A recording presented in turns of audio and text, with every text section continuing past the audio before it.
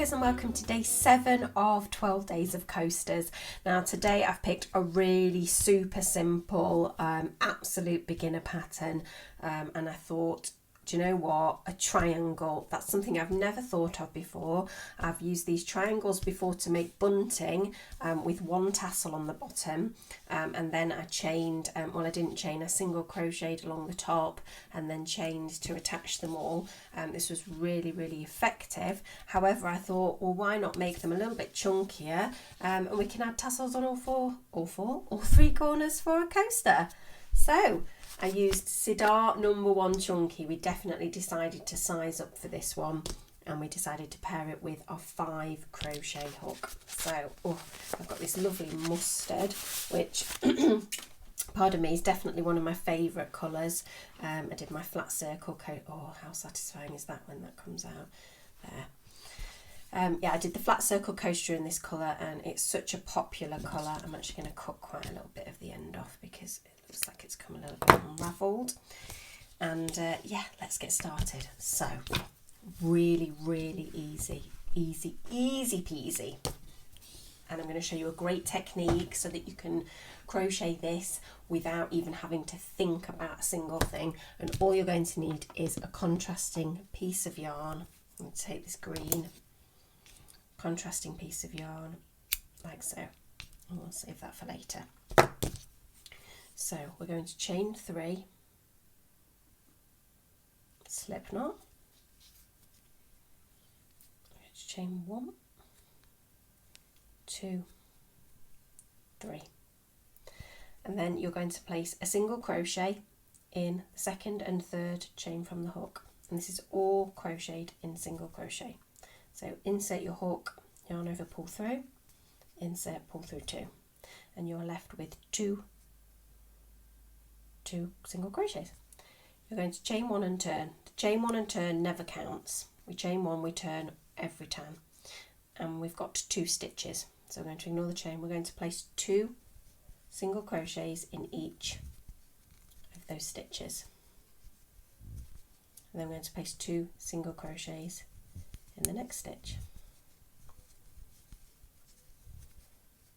We're going to chain 1 turn, and we're just going to place 1 single crochet in each of the 4 across. 1, 2, 3, 4. Okay, I'm going to chain 1 and turn. Now at this point, what I'm going to get you to do is take your corresponding yarn, and you're going to hook a piece of a stitch. Doesn't matter which piece, just make sure you don't split it. A piece of a stitch. You're going to pop a little bit of green like this, like that. You're just going to leave it like that. Yeah, and I'm going to show you how that's going to work for you. Okay, so you've chained 1, you've turned. Essentially what we're going to do is we're going to place an increase in the first and the last stitch. So we're going to put 2 single crochets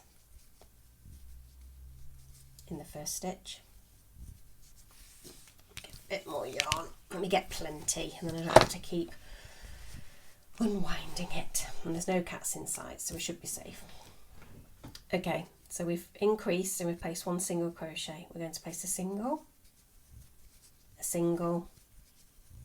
and then we're going to increase, okay, by placing 2 in that last one. We're going to yarn over, and we're going to turn.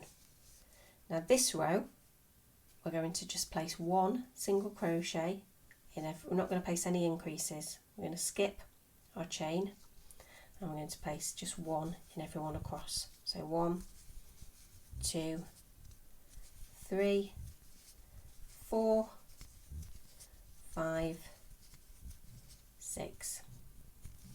And what you'll be doing is you'll be alternating around a row with increases at the end and a row with none. And how you're going to work that out without counting or keeping a tally is every time the green or the coloured yarn or the stitch marker is facing you, let's chain 1 and turn, you know you're on an increase row. So the green is facing me.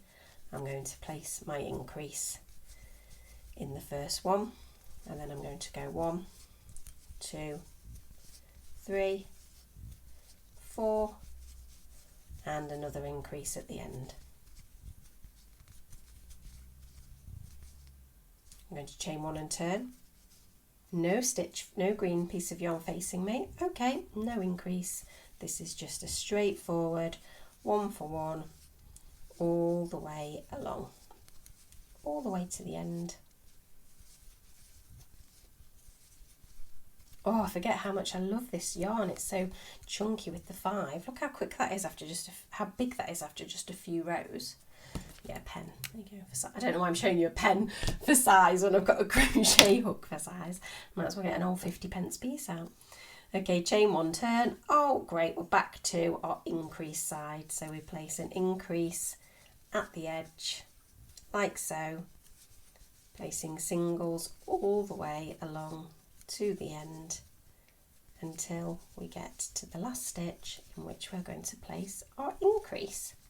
And you know what, it's absolutely as simple as that. And once you've done a triangle, you'll just think, wow, what else can I make a triangle for? Like I said, I made these for bunting.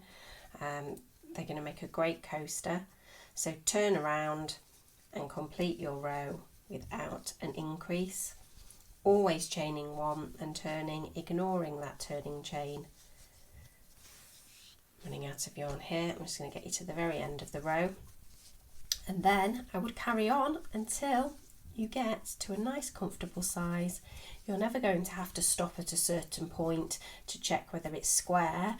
Well, first of all, because it's not a square, but as in the sides are created equally all at the same time. So it's always going to be a triangle at no matter what point you stop. I mean, I'm not sure why you would stop for this size, because I don't, unless you're going to have a little thimble on top. But like I say, stop until it's a nice size for you to place a cup on. And then I'll meet you once you've finished. I'm going to pause the video, carry on, and then I'll show you how to create these tassels. So once you've completed your triangle to a size that you're comfortable with, and I'm going to go with, as you can see, I've got my tea here, and I've got, this is actually quite a large mug, but it comfortably, you know, sits on without overlapping the edges.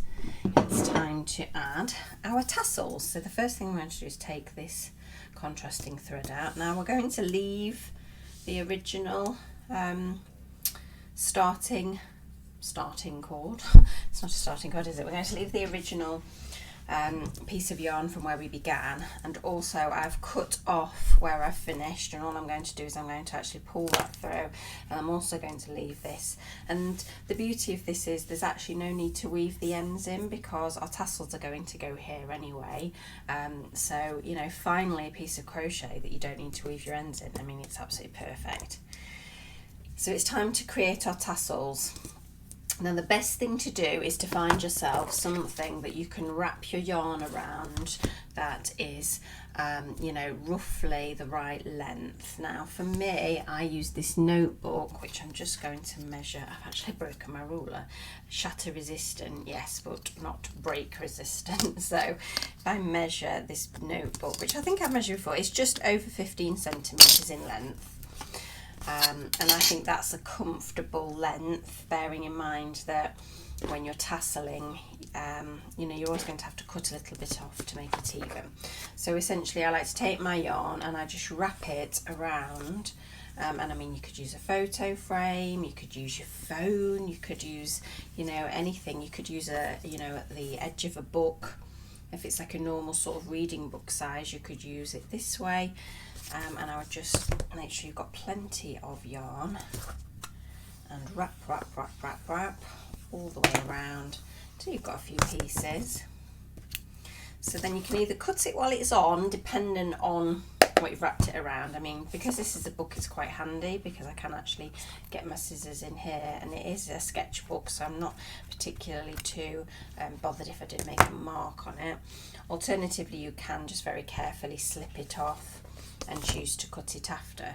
So I've cut that like that. What I'm going to actually do now is I'm going to cut the other end, and it's going to give me a few pieces of yarn, roughly around 15 centimetres in length. So I find for my triangles, I quite like a bit of a chunky tassel. So I have been using 8 sections, 6 to 8 sections. So what I'll probably do is, let's say if I'm going to use 6 to 8 sections, so I'm going to use 2, 4, 6, and take a look at that. Actually, no, I'm going to go with 7. And I mean, go with however many you want. Just have a look, think, okay, fold it in half, because that's essentially where the bulk of the tassel, and come up with something that you're comfortable, anywhere between 6 and 8. So there's my 7, and actually that works quite nicely because I'm going to attach it to an end that's already got a piece on, or we'll attach it to this one at the bottom. So I tend to find that for these, rather than going into the very end here, I actually like to go in a little bit further down, just to really give it a little bit of bulk to get around. So again, here I'd probably go in here, which isn't right on the very edge, but it does give me a little bit of bulk. Now we crocheted this in a 5. I'm going to actually jump to a 6 and try and use this 6 to pull my tassels through. So essentially I'm going to pop my hook in, and can you see I'm popping it in this one here, and I'm going to fold it as close as I can to the center, like so, and then I'm going to use the hook to pull, and if you find that it won't grab it, size up, or pull a few through and pull a few more through. Okay, so I've quite nicely managed to get that through, and what we're actually going to do is we're going to give ourselves enough room to be able to comfortably pull through, including this end bit, all of it through to the front. So it's just a case of popping your fingers in, grabbing it and pulling it through. You see? Pulling it through. And then what I like to do is I like to flip it over so that I can see the cross section, so that I can make sure that as I pull the piece, can you see how I pulled that last one, because there was one quite loose, rather than yanking them all together, because there's so many, you might find it makes these bits quite uneven if one pulls tighter than the other. So I like to go through and just pull. Look for the short ones. The best thing to do is look for the short ones, and this will give you the neatest technique. You see, we're starting to close these up, and I know I've got a loose one here, can you see here, and I want to find that, and I want to make sure, there we go, it was the shortest one.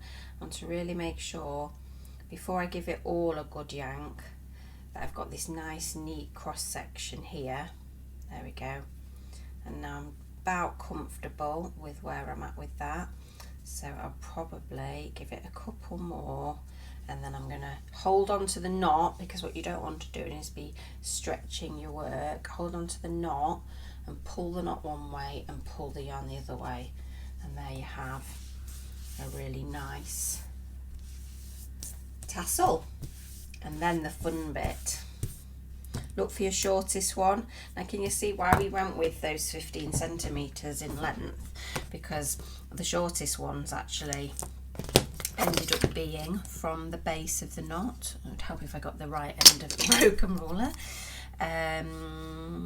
Just over 4 centimetres, which for me, you know, if that's going to be my shortest one, I'm quite happy with that. So I'm going to bundle them all together. I'm going to snip off the bulk there, and then I'm just going to check if I'm happy with that. I mean, there's a couple of extra little short ones, but I'm quite happy with that in terms of tassel size. And there we go. So thank you ever so much for continuing to watch along with the 12 days of coasters. I'm really enjoying making these videos for you. We've got a few more to come in the lead up to Christmas. If you like them, give it a thumbs up. It really helps me every time you thumbs a video up. And if you want to be notified of the next video, please do subscribe and hit that bell. Thank you ever so much. Once again, happy hooking and goodbye.